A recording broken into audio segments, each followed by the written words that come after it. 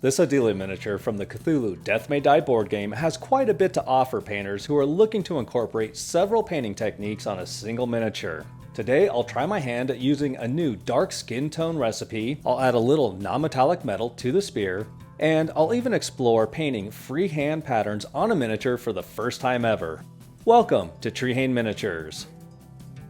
In usual fashion for this type of paint job, I'm covering the flat black primer with a fairly uniform layer of dark plum pro acryl. I have not tried using dark plum as a base for dark skin tones before, so I'm curious how this will work out. I typically begin my dark flesh painting with some Vallejo black brown, but I feel like mixing it up today.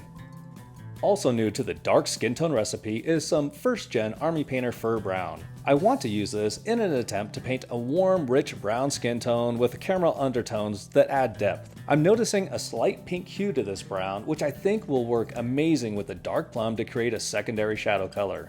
We're going to use plain old fur brown for the mid-tone color of the skin. I use this to begin shaping the muscles and other features of the face and hands. I do this by applying the paint to the upward and outward facing surfaces of these attributes, and I make sure to leave plenty of the secondary shadow color visible. I really do like how this Army Painter Fur Brown works as a mid-tone color for dark skin. My initial plan was to begin mixing my ice yellow highlight color in with this immediately and work towards pure ice yellow highlights. However, I don't believe that this would give me the caramel colored undertones that I'm looking for, so I make a slight adjustment with the next layer.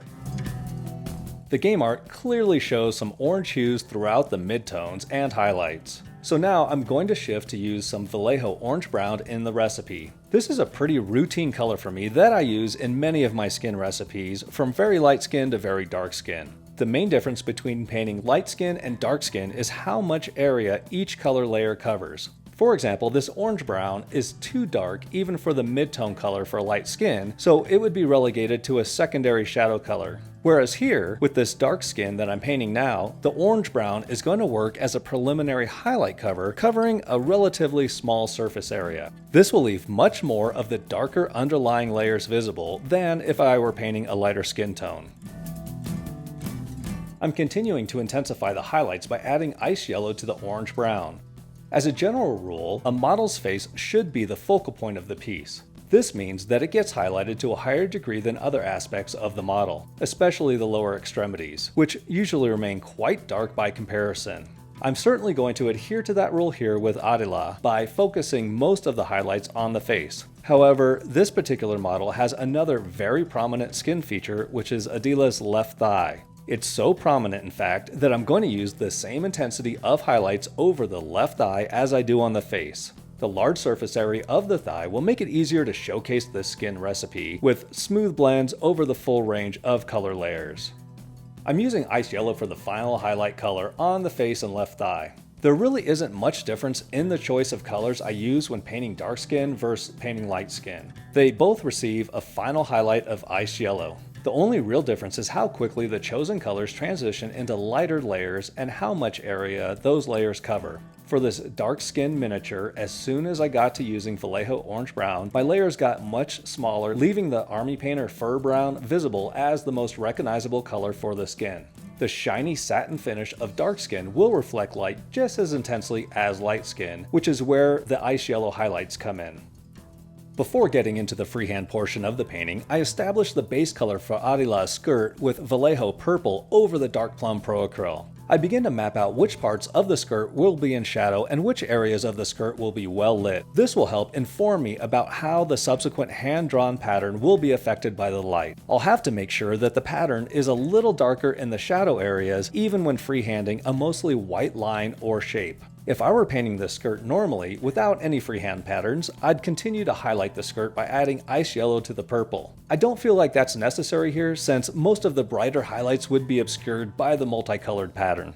I'm beginning with a white zigzag pattern on the skirt, and I'm using Wolf Gray by the Army Painter for the shadow color of the white stripes. I'm choosing to start with these shapes because this appears to be the dominant pattern over the entire skirt, around which the other colors will be placed. As I draw the lines into place, I intentionally leave room for the other colors to be placed around these white stripes. I also make sure to add a little curve to the lines where they bend over raised surfaces and fall into the folds. I will cover these lines with a secondary coat of the wolf gray where necessary to hide any brush strokes and to tidy up any inconsistencies in the width of the lines. I'm also not obsessing over the exact details of the pattern or worrying about achieving symmetry in the design. It's all going to work together once the other colors are in place. I use white blue pro acryl to highlight the existing wolf gray pattern. This is as bright as this pattern will get. I simply place this within the existing wolf gray lines, but only over raised folds and surfaces that would be affected by the surrounding light. I'm feeling pretty good about the placement of my zigzag pattern, however I will change some of the simple lines and shapes that I've drawn to either red or yellow later on. I also want to change the color on some of the shapes around the edges of the skirt where I feel that this bright white blue will clash with the surrounding features of the model. Using Scarlet Blood Game Color, I begin to draw a series of lines in and around the existing white zigzag pattern. These are all short little lines and dots that are used to fill gaps in the white design. Everywhere that I paint some red, I leave an empty space next to it for the yellow lines that are going to follow. I'm basically creating a red, yellow, red design around the white stripes. Then I use a brighter red to quickly highlight the red lines where they flow over raised folds in the cloth.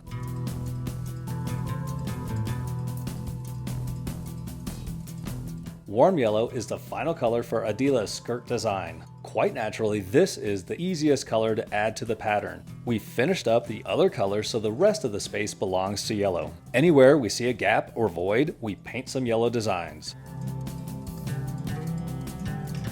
Now we're going to whip up a super fast non-metallic metal beginning with a base layer of Payne's Gray Pro Acryl. The next color in line is Iron Wolf by the Army Painter. I will now begin to shape how I want the reflections to look. I've decided not to go with the typical checkerboard reflections that are so commonly seen on beveled weapons like this. I'm taking a cue from the game art and adding reflections to the upper and lower sections of each beveled edge of the spear.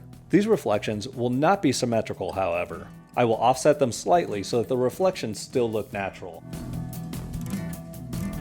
I'm going to use Army Painter Wolf Gray to draw smaller highlights within the Iron Wolf layer. And while I am applying these in a few layers, covering less area with each layer, I'm not refining the look of the non-metallic metal with glazes at this point. I'll first get all of the brightness levels of paint into place, and then I'll proceed with any refining if necessary.